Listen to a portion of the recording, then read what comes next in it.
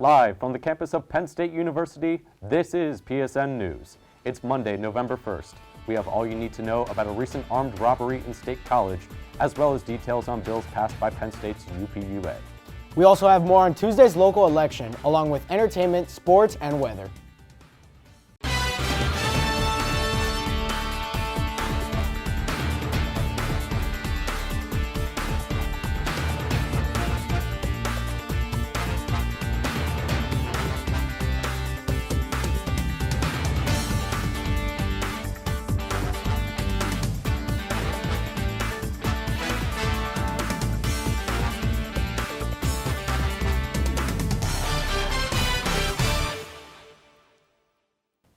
Thanks for joining us tonight. I'm Cameron Lobley. And I'm Carlos Garcia. We have breaking news on the recent robbery of a bus station in downtown State College. The suspect still at large. At around 2:50 p.m. yesterday, the man entered the Fullington bus depot and proceeded to strike the clerk with a pistol before robbing a register and escaping through the south exit. Due to the event's proximity to campus, students were issued emergency alerts before receiving an all clear later in the day. The suspect is described as a 6-foot, 30 or 40-something black male, last seen wearing a zipped black hoodie with white lettering and reportedly having jaundiced eyes. Anyone with information on the suspect is asked to contact the State College Police Department, either by phone, email, or through an anonymous online tip.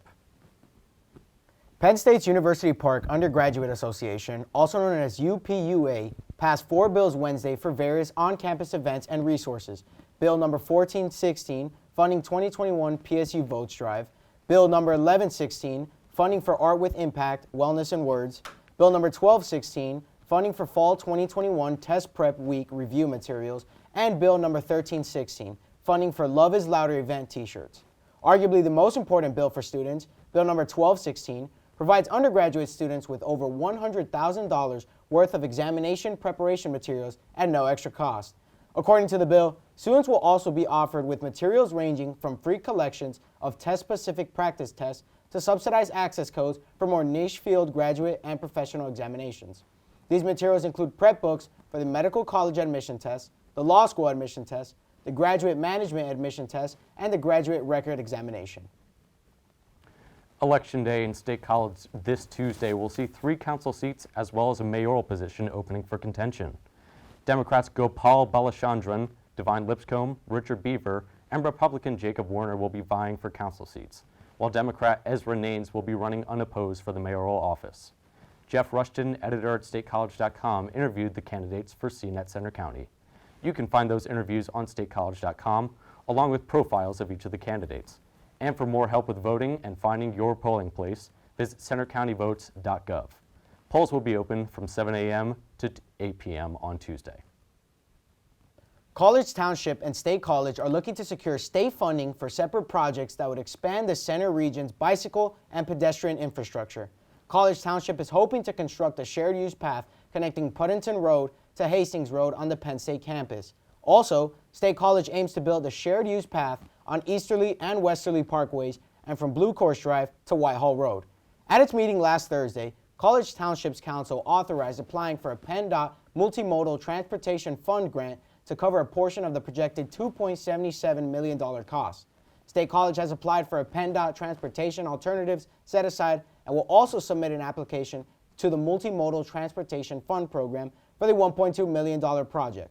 College Township's Council President Eric Bernier wrote in a letter to PennDOT accompanying the application, saying, quote, "The East College Avenue shared use path alignment was identified as a crucial missing link in College Township's Sidewalk Master Plan, Center Region Bike Plan, and Penn State's Bicycle Master Plan," end quote. Although both projects have massive price tags attached to them, both groups have received the support of Penn State and Center County officials. It's officially November. Does that mean it's finally time to break out those sweaters? Madeline Zarkowski has this week's weather report. Thanks, Cameron. Well, you're definitely going to want to break out the sweater tonight with our low dropping down into the 30s for the first time ever so far this season. We're going to break down to 39 degrees tonight, so definitely time for the sweater. Overcast with a light wind of about 5 miles per hour. And on your way out the door tomorrow, we do have a chance for scattered showers, so you might want to pack the umbrella just to be safe. But the rest of the day is looking pretty calm, 43 degrees in the afternoon, 45 when you're leaving at 5 p.m. tomorrow. So it won't be too crazy of a day tomorrow. Now moving ahead for this weekend, we do have our first chance of snow showers on Friday. So if you're a big fan of the cold weather, this is something to get excited about. Now our temperature on Friday is just reaching that freezing point, so we might see it more in a rain and snow mix, but that will clear out for the football game on Saturday. Now that football game is an away game, so if you're planning on tailgating in State College, we'll have clear weather. And the sunshine will also be here on Sunday, so you can get out and enjoy the weekend. Now taking a look at our 7-day forecast, our highs for the week are mostly in the upper 40s and low 50s. And we do have that chance of showers tomorrow morning, but that will clear out and we'll be left with some clouds tomorrow evening. You will want to note the low temperature on Wednesday breaking into the 20s for the first time as well, sitting at 29 degrees on Wednesday morning, and those clouds will continue into Thursday before that rain and snow mix on Friday. We also have another chance of showers on Saturday morning, but like I said, clearing out for the rest of the day on Saturday and into Sunday, so you can get out and enjoy the weekend before the temperatures drop even lower in the coming weeks. Now back to you at the anchor desk. Coming up next, John Zarnecki has the latest stories on Penn State sports. Welcome back to PSN News. I'm John Zarnecki with your sports update.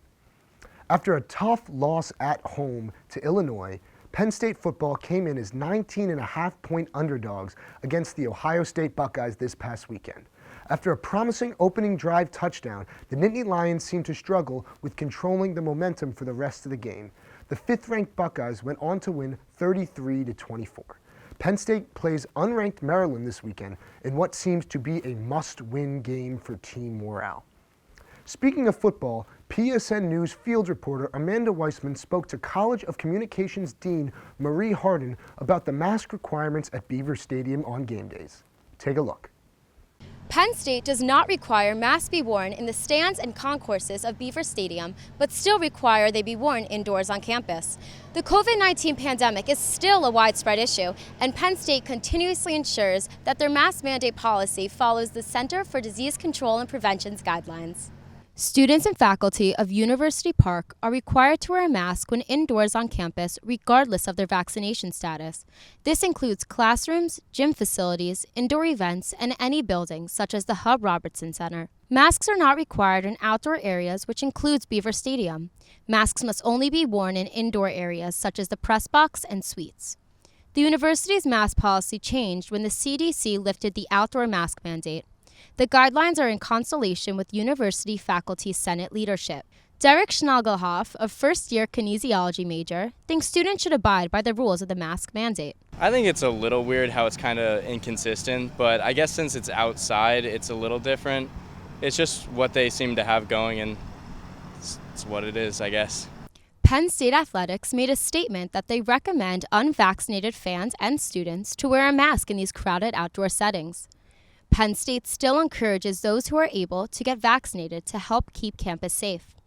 Marie Harden, Dean and Professor for Journalism, shares her thoughts regarding the policy. I think anytime you have a policy, there needs to be a reasonable expectation that you can enforce it. And I don't know how Penn State could reasonably enforce a masking policy for more than 100,000 fans in a football stadium, an outdoor football stadium during a given football game.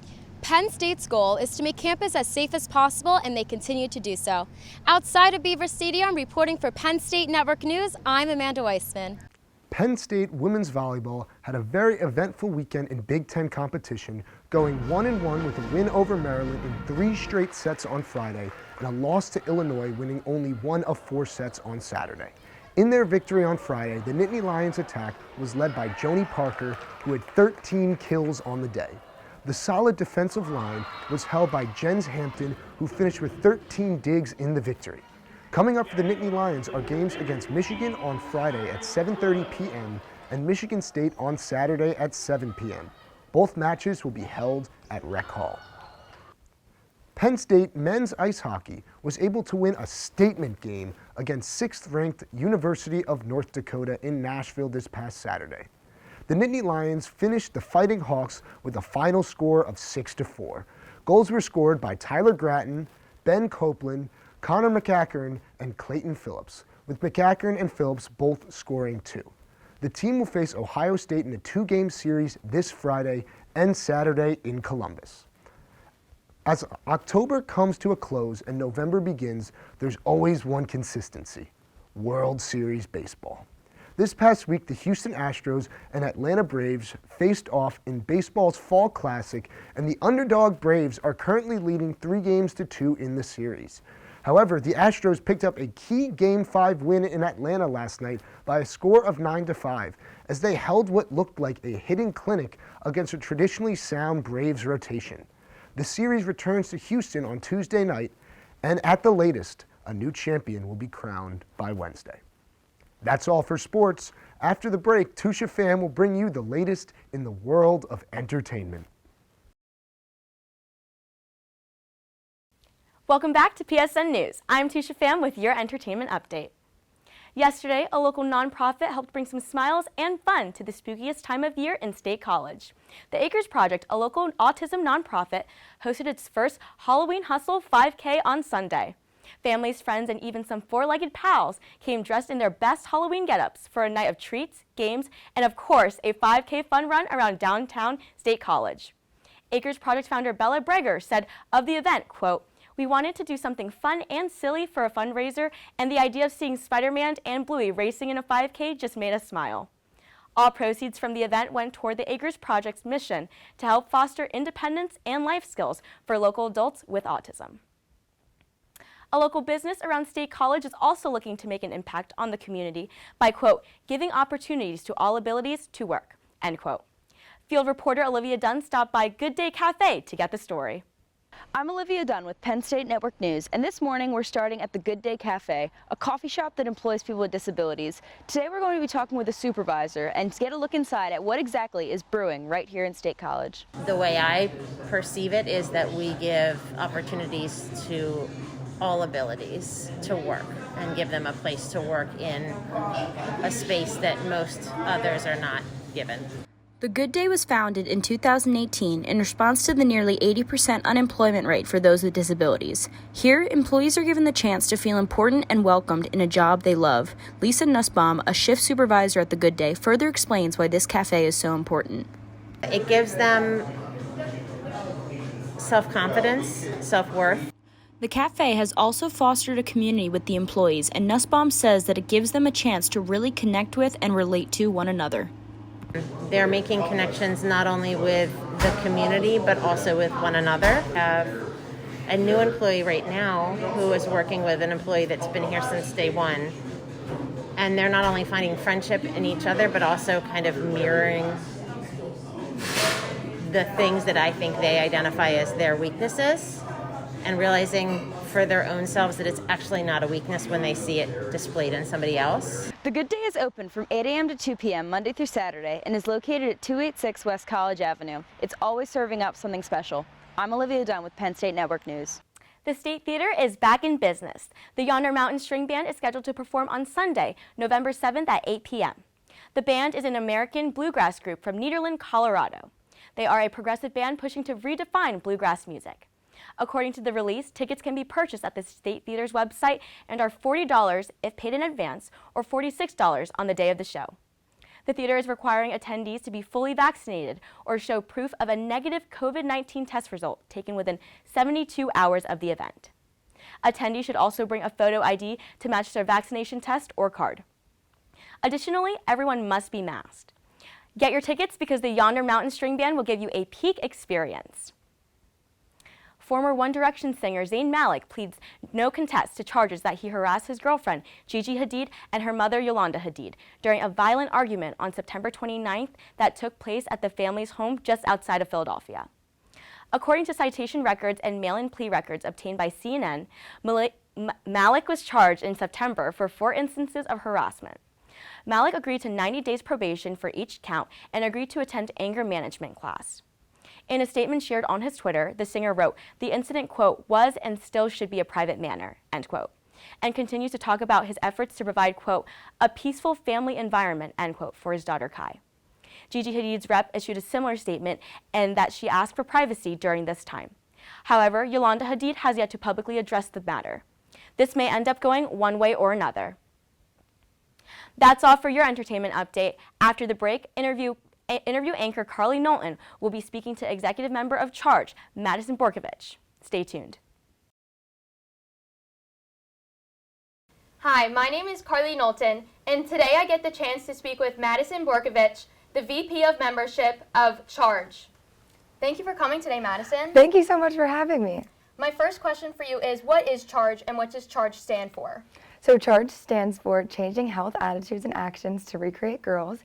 It is a national movement, but also a movement here at Penn State. And Charge is basically a women's health and fitness organization that also has a lot of social aspects.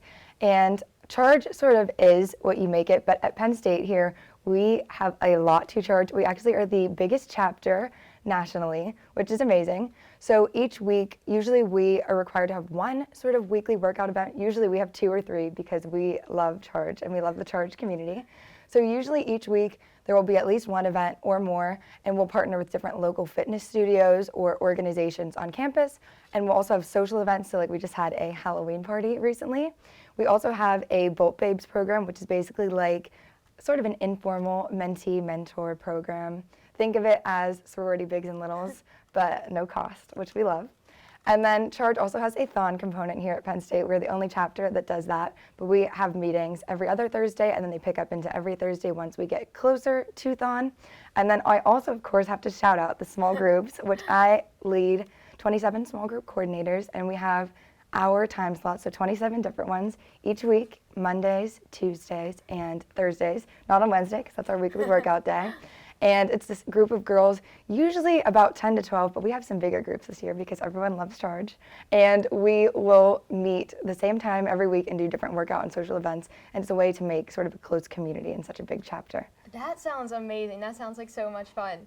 So how many girls do you have currently in Charge here at Penn State? We currently have 528, which we are so proud of. It is a lot sometimes, but we love it. And we, again, are happy to be the largest chapter in the history of Charge. And Charge has been around for almost 10 years now, so that's big insane. accomplishment. I love that.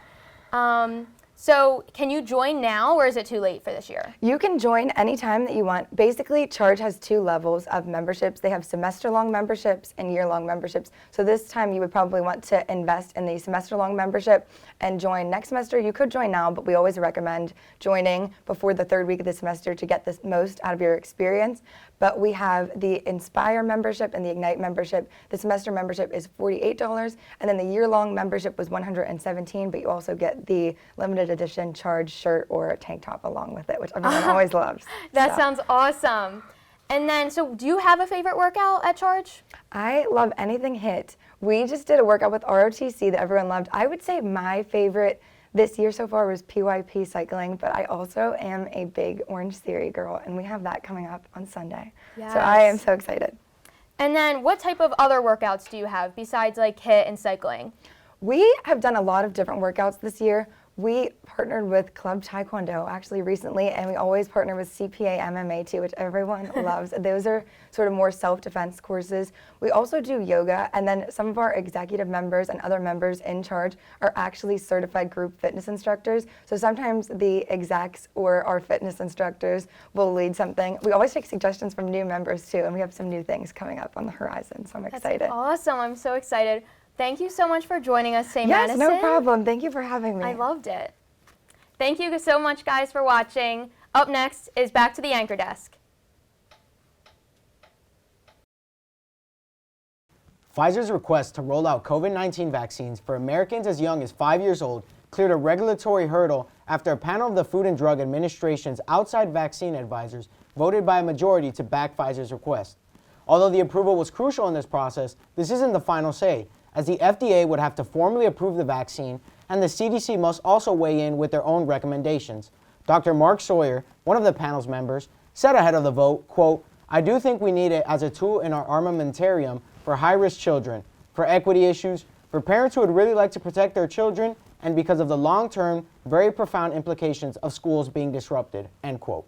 The decision follows a day-long meeting of the FDA's Vaccine and Related Biological Products Advisory Committee, which has grappled for months with how to balance the benefits of the vaccine for younger children against the potential risks of rare side effects.